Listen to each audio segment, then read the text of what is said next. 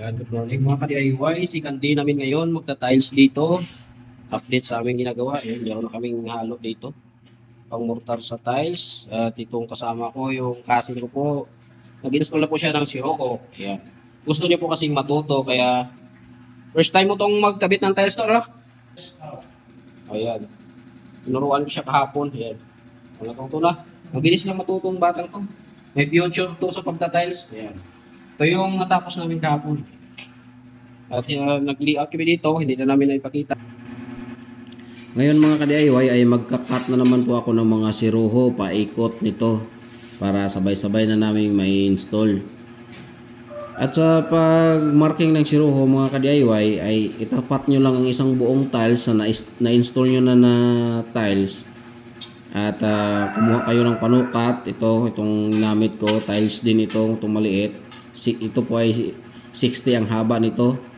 At itinapat nyo lang sa wall tsaka guhitan sa tiles. Ganyan lang mag-cut ng siruho mga ka-DIY. Saktong-sakto talaga yan mga ka-DIY. Matuwid naman itong wall na to, walang problema to. Kaya ginaganyan ko lang. At sa paglapat nyo ng tiles mga ka-DIY ay titingnan nyo rin yung pattern sa tiles, baka magkamali. Yung maikat nyo ay hindi yon ang gagamitin. Masayang yung tiles. Yan lagi tatandaan yan mga ka-DIY. Kailangan naka-pattern yung tiles. Meron kasing pattern itong mga tiles. Yung iba, yung plain lang, okay lang yan. Pero ito, merong design. Kapag magkamali ka ng sit-up, magiging pangit siya tingnan. Marami po ang paraan sa pagkakat ng mga siruho, mga ka-DIY. Ngunit itong ginagawa ko ay siruho po ito sa wall. Matuwid po itong wall kaya wala masyado tayong problema. At meron din namang bako-bako na wall pero masundan pa rin natin yung bako-bako na wall mga ka-DIY. Magawan din yan ng paraan. At saka yung mga siruho doon sa may pintuan, maraming angle-angle yan mga ka-DIY. Yun po ang masisilan po yan na pagkakat kasi pag hindi mo hindi mo matutunan din yan ay marami kang masirang tiles. Ganyan lang mga ka-DIY. Ngunit lang yan mga ka-DIY. Easy lang yan kasi tayong nagdi-DIY ay lalo tayong nagpupursige na matutunan talaga yung mga ginagawa natin. At hindi tayo matakot magkamali kasi ganyan talaga, magkakamali tayo nung una. Ngunit kapag matuto ka ay hindi mo na maalis yan sa isipan mo, natuto ka ng ganyan. At na yan, additional knowledge mo na yan.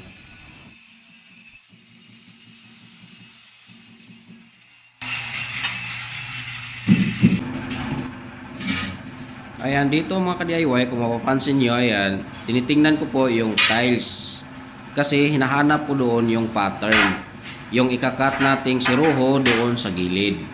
Ayan, ganyan lang mga ka-DIY sa pag-marking ng siruho. Itapat nyo lang yung 60 by 60 na tiles sa naunan yung na-install na 60 by 60 na tiles. At gumamit kayo ng panukat na 60 rin. Ayan. Ayan, sinicheck ko ang wall kung matuwid ba. Matuwid naman, kaya dalawang marking lang ang gagawin ko. Kabilaan. At saka guhitan. Ayan. Ganyan lang mga ka-DIY.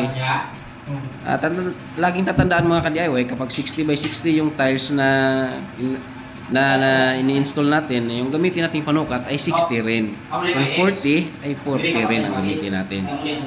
Okay?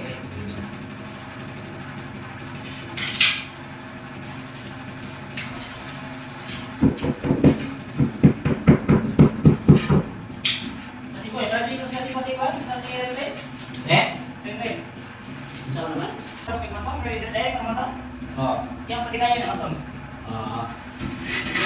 Amin man ako, tatang ba na eh. Pinis.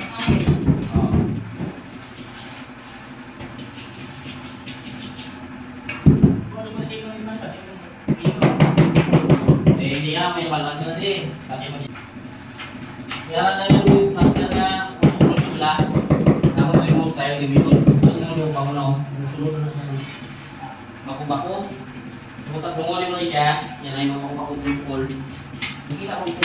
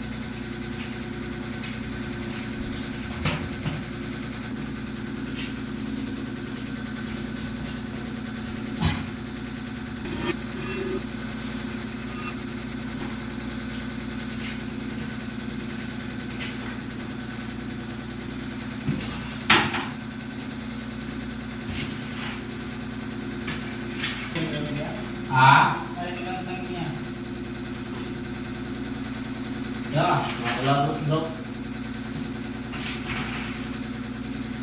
Ini bro, mana?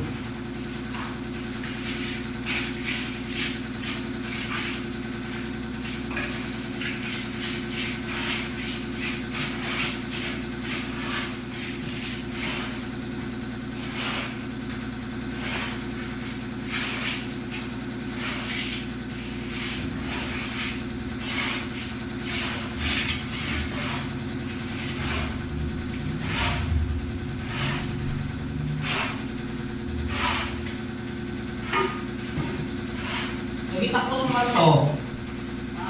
Itapos mo man to.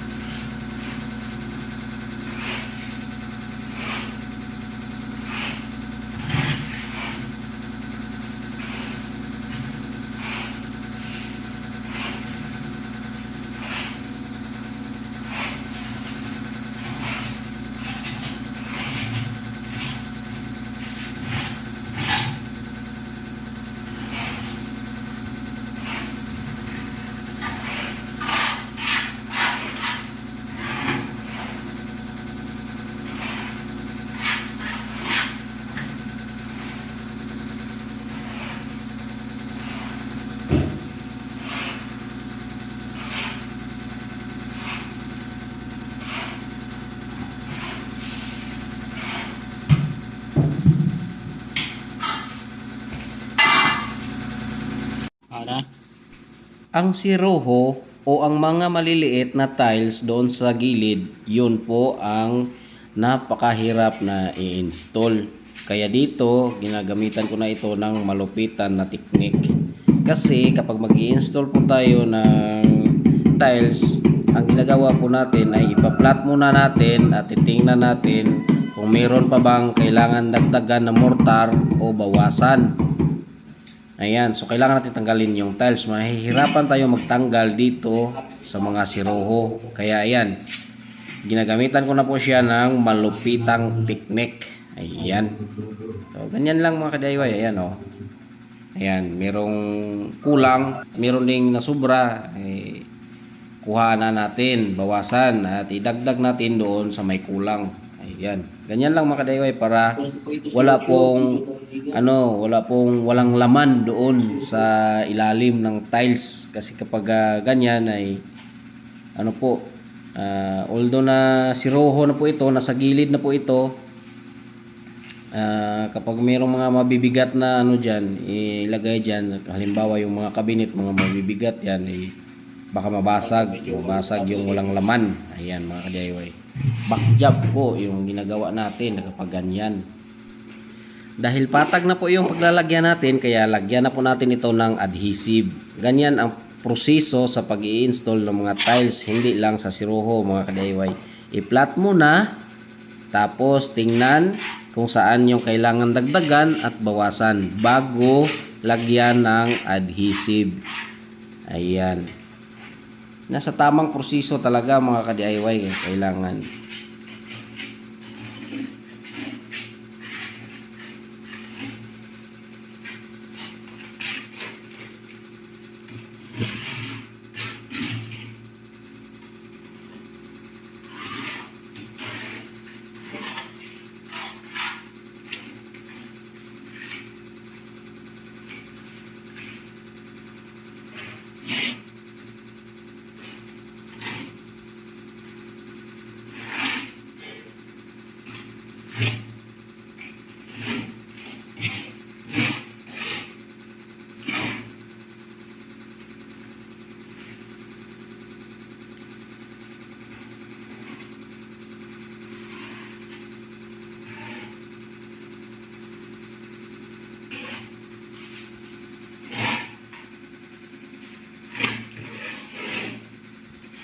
pagkatapos nating lagyan ng adhesive, kailangan meron tayong guhit-guhit na ganito. Kasi kapag pinupukpok na po natin itong tiles, meron pong pressure na namumuo doon sa ilalim para may labasan po yung hangin. Ginagawa po yan mga ka-DIY para mag-spread out po talaga yung adhesive. Hindi po magtutulakan doon sa loob. Walang pressure na mabuo kasi meron pong labasan yung hangin.